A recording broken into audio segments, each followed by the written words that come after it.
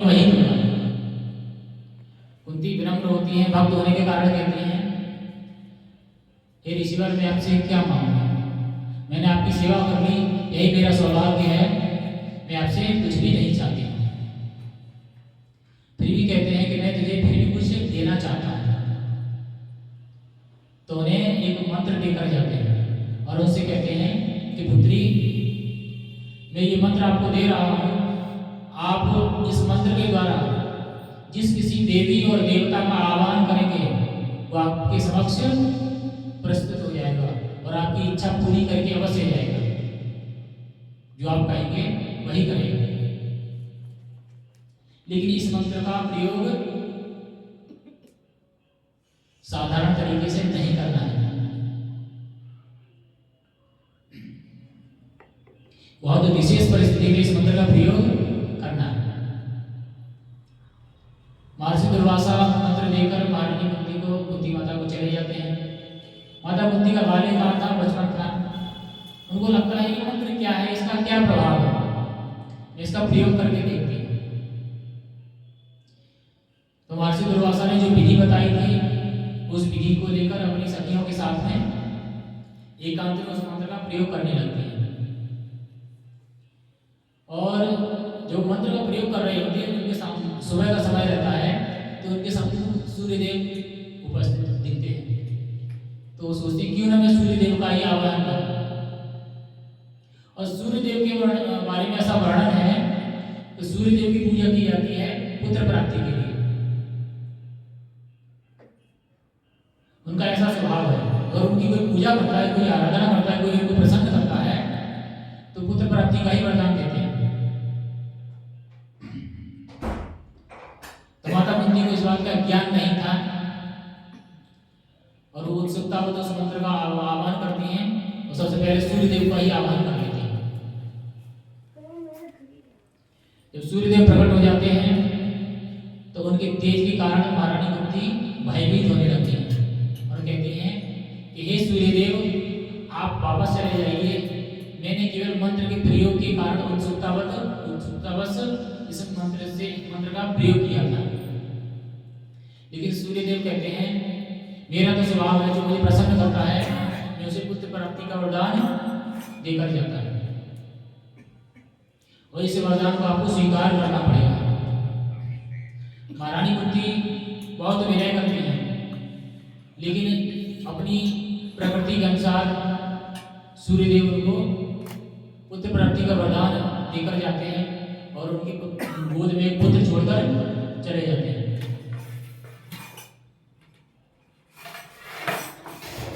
इस तरह से क्या नाम है, जो कर्ण है उनका जन्म होता है और वो कवच कुंडल के साथ प्रकट होते हैं।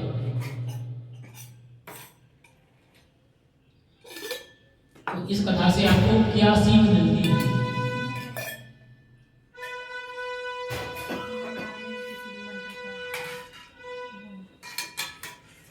एक तो ये कि बिना ज्ञान के हमें किसी मंत्र का आह्वान नहीं करना चाहिए। बिल्कुल सही, बहुत अच्छा। इसके अलावा हम और क्या सीख सकते हैं? देवी देवताओं को आपसे कोई मतलब नहीं, जो उनकी सेवा करेगा वो फल पाएगा और फल दे जाएंगे, उसे मतलब नहीं, उस फल का क्या रिजल्ट है?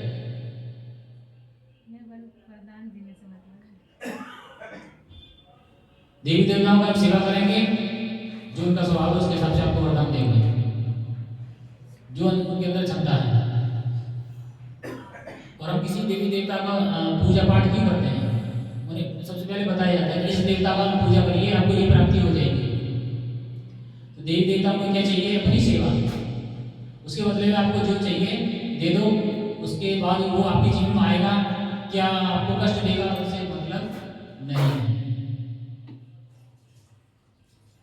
इसीलिए हम कहते हैं, कथा के माध्यम से, परंपरा के माध्यम से बताते हैं कि हमारे परमपिता परमेश्वर भगवान कृष्ण हैं, हमें उन्हीं का भजन, पूजन, जप, कीर्तन, श्रवण इत्यादि उन्हीं का करना चाहिए।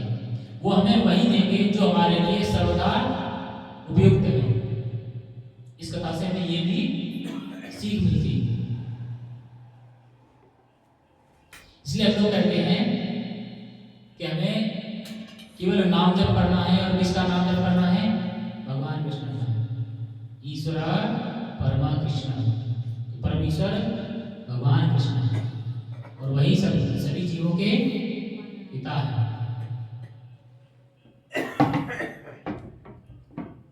इसलिए कहा जाता है अहम जीवम परमपिता। भगवान कृष्ण भगवद गीता के माध्यम से स्वयं घोषणा करते हैं ये सभी जीवों का परमपिता। अगर हम पिता की संरक्षण में रहते हैं तो पिता हमारा हर तरह से ध्यान रखते हैं। कहीं बेटा हमारा गलत एक्टिविटी ना करे, कुछ गलत मांग ना करे, तो उसको ऐसे भी रखते हैं जो पुत्र हमारा जो है सही वे में जाए। पिता हमेशा यही चाहता है। और जो रिश्तेदार होते हैं जैसे चाचा हैं, मामा हैं, वो क्या है, बेटा एक गिलास पानी दे दो आपको चॉकलेट मिलेंगे,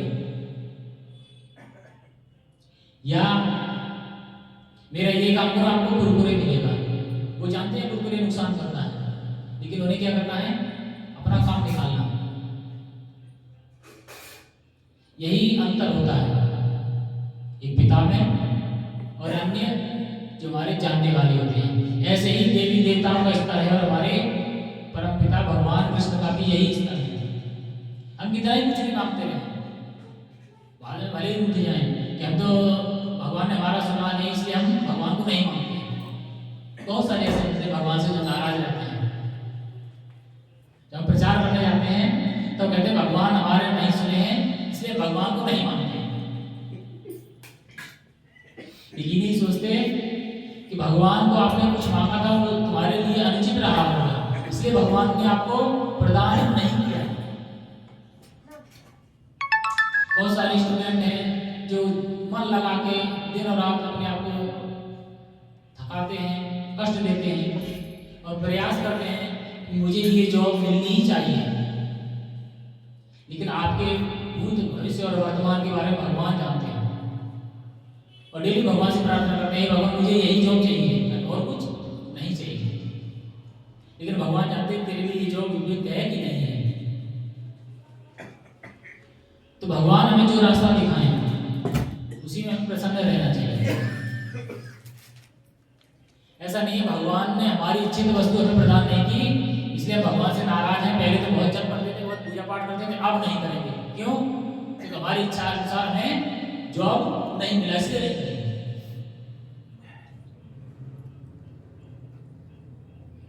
और भी तमाम भक्त हैं वो ऐसा मानते हैं कि हम जो सोचते हैं वही हमें मिलना चाहिए, वही सबसे अच्छा है। लेकिन जैसे माता पिता जानते हैं कि बालक छोटा है, उसको चॉकलेट केवल खाने में टेस्टी लगती है, लेकिन आने वाले समय उसका क्या दुष्प्रभाव होने वाला है माता पिता जानते हैं, इसलिए उसको मना करते हैं कि चॉकलेट नहीं खानी है। कभी कभी क्या होता है, डांट भी पड़ती है, नहीं मानते हैं तो प्रसादी मिलता है ना, मिला होगा, सबको याद है। तो माता पिता हमारे बारे में अच्छे से जानते हैं हमारे लिए क्या अच्छा है, वही हमें प्रदान करते हैं।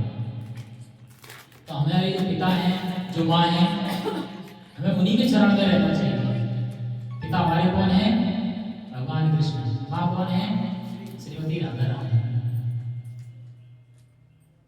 वही अपने विभिन्न रूप लेके माता आदिशक्ति, पराशक्ति, परात्मा, जगदम्बा, दुर्गा, भवानी, काली, कुलदेवी आदि आदि रूपों में विभक्त है।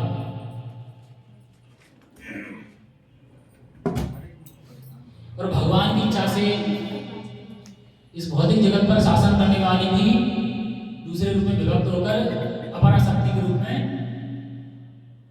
समस्त भौतिक जगत को वही कंट्रोल करती है। किसकी इच्छा से? भगवान कृष्ण की इच्छा से। भगवान कहते हैं प्रकृति मेरी अध्यक्षता में काम करती है। तो प्रकृति कौन है? अपरा शक्ति, उसी को प्रकृति बोला जाता है।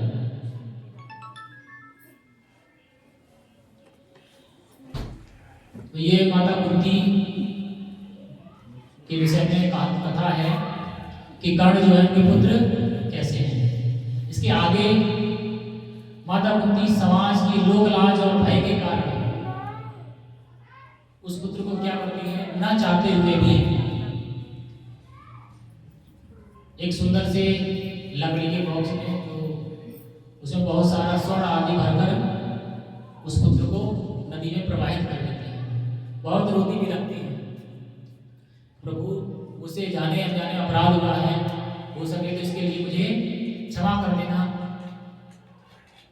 इस तरह से बहुत प्रलाप करते हैं और उस अपराध के लिए क्षमा करते हुए उस पुत्र को न चाहते हुए भी प्रवाहित कर देते हैं।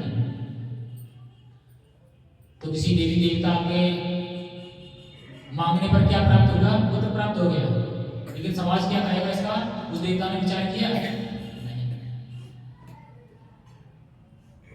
इस तरह से हमें अपने बारे में सोचना चाहिए कि हमारा सबसे बड़ा शुभचिंतक कौन है, और वही पुत्र जो है नदी में बहते हुए उनके पिता जो साथी रथ चलाते थे कौरवों के यहाँ पर, उनको प्राप्त होते हैं। और उनकी पत्नी जो है उनका नाम था राधा, दोनों निसंतान थे। तो नदी में बक्सा बहता हुआ जाता है, तो उसको जाके देखते हैं, तो देखते हैं उसमें क्या है, कोई बालक रो रहा है। बड़ी प्रसन्नता से उस बालक को ग्रहण करते हैं और अपने घर ले आते हैं और अपनी पत्नी से कहते हैं कि भगवान की कृपा से देवयोग से पुत्र हमें प्राप्त हुआ है, हम इसका पालन पोषण करेंगे। और एक दिव्य बालक है, क्योंकि उनके शरीर पर कवच और कुंडल पहले से ही विद्यमान है।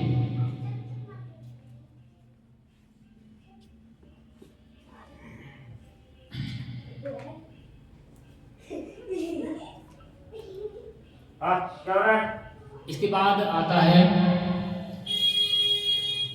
भगवान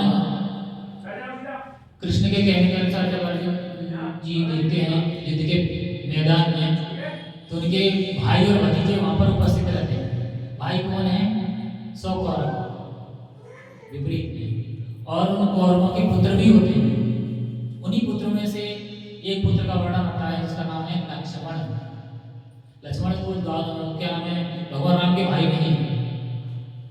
उनके बाद फिर और भी लोग अपने पुत्रों का नाम लक्ष्मण रखते थे। तो ऐसे ही दुर्योधन ने भी अपने पुत्र का नाम लक्ष्मण रखा था।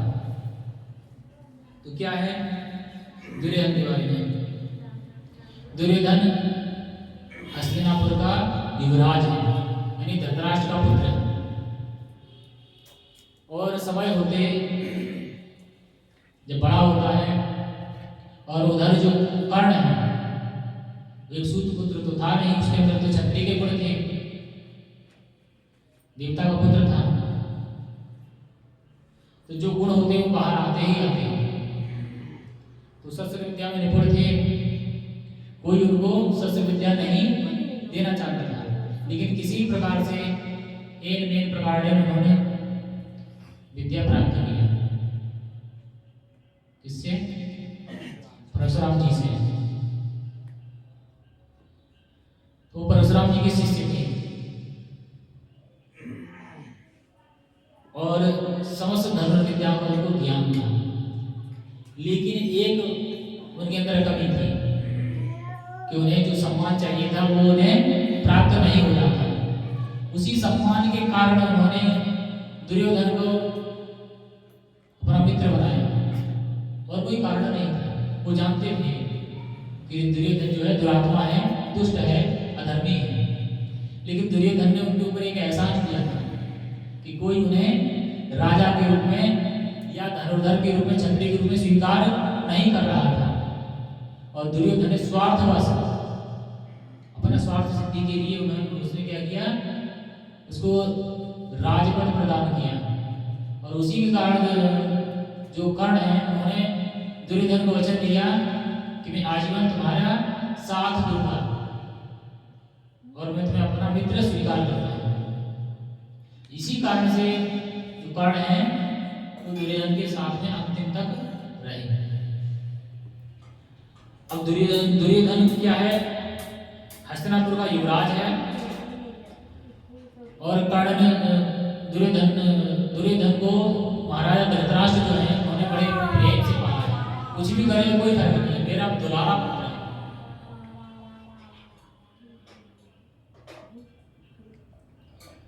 तो एक स्वयंवर होता है मध्य देश में।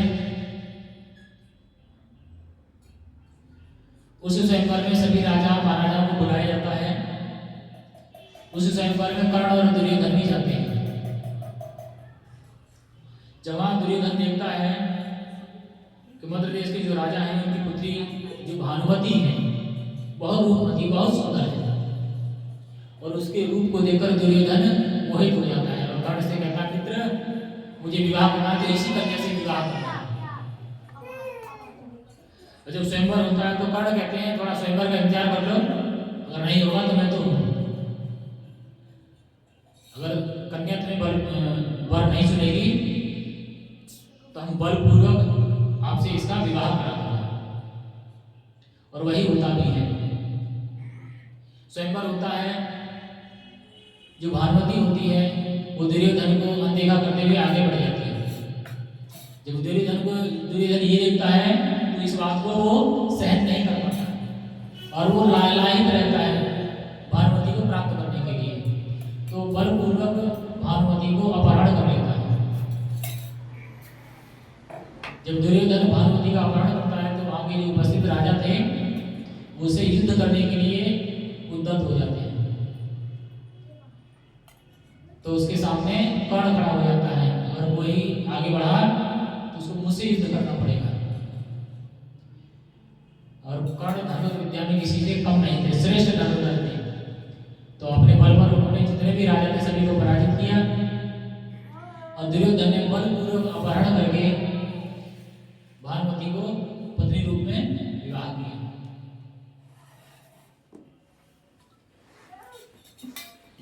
जब दुर्योधन ने उन्हें पत्नी रूप में बलपूर्वक प्राप्त किया तो उन्होंने अपनी नियति मानकर दुर्योधन का अपनी पति स्वीकार किया और एक पतिव्रता स्त्री के रूप में अपना जीवन व्यतीत करने लगी। दुर्योधन को ही सब कुछ माना। उन्हीं भानुमति से उनके दो जुड़वा संतान पैदा हुए, एक पुत्र और एक पुत्री। पुत्र का नाम रखा गया लक्ष्मण और पुत्री का नाम रखा गया लक्ष्मणा। राजा का पुत्र था तो उसी विधि विधान से उसका पालन हुआ। क्षत्रिय था तो क्षत्रिय के गुण उनको प्रदान किए गए। जब महाभारत का युद्ध होता है तो उस युद्ध में भी वो युद्ध करने आता है और उसी क्षेत्र में महाराजा अर्जुन जो है, अर्जुन जी महाराज उन भतीजों को देखते हैं और भी कौरवों के पुत्र वहां उपस्थित रहते हैं। इन्हीं सबको देखकर अर्जुन जी महाराज विचलित हो जाते हैं। एक भक्त के अंदर गुण क्या होता है? दया का गुण होता है। उसी दया के गुण के कारण वो विचलित हो जाते हैं और वो जो दुर्योधन का जो पुत्र लक्ष्मण है उसी का वर्णन वहां पर होता है। और वही दुर्योधन का पुत्र जो है महाभारत के युद्ध में 13वें दिन मारा जाता है अभिमन्यु के हाथों। अर्जुन के जो पुत्र हैं, सुभद्रा पुत्र जो अर्जुन जो अभिमन्यु हैं, उनके हाथों मारा जाता है।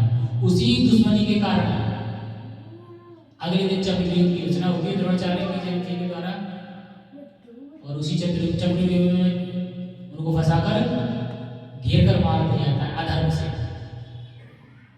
दुर्योधन उसी चीज का बदला लेता है।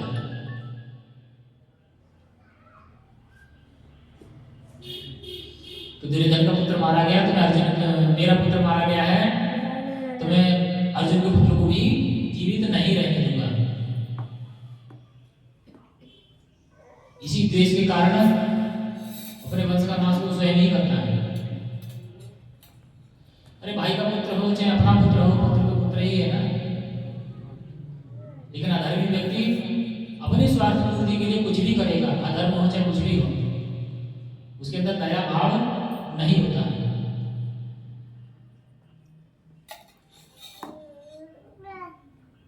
और जो दुर्योधन की दूसरी संतान होती है उसका नाम रहता है लक्ष्मणा। जब महाभारत का युद्ध समाप्त होता है उस युद्ध के बाद में भानुमति अकेली रह जाती है। तो राजनीति के तहत वो क्या करते हैं, अपना संरक्षण प्राप्त करने के लिए सुरक्षित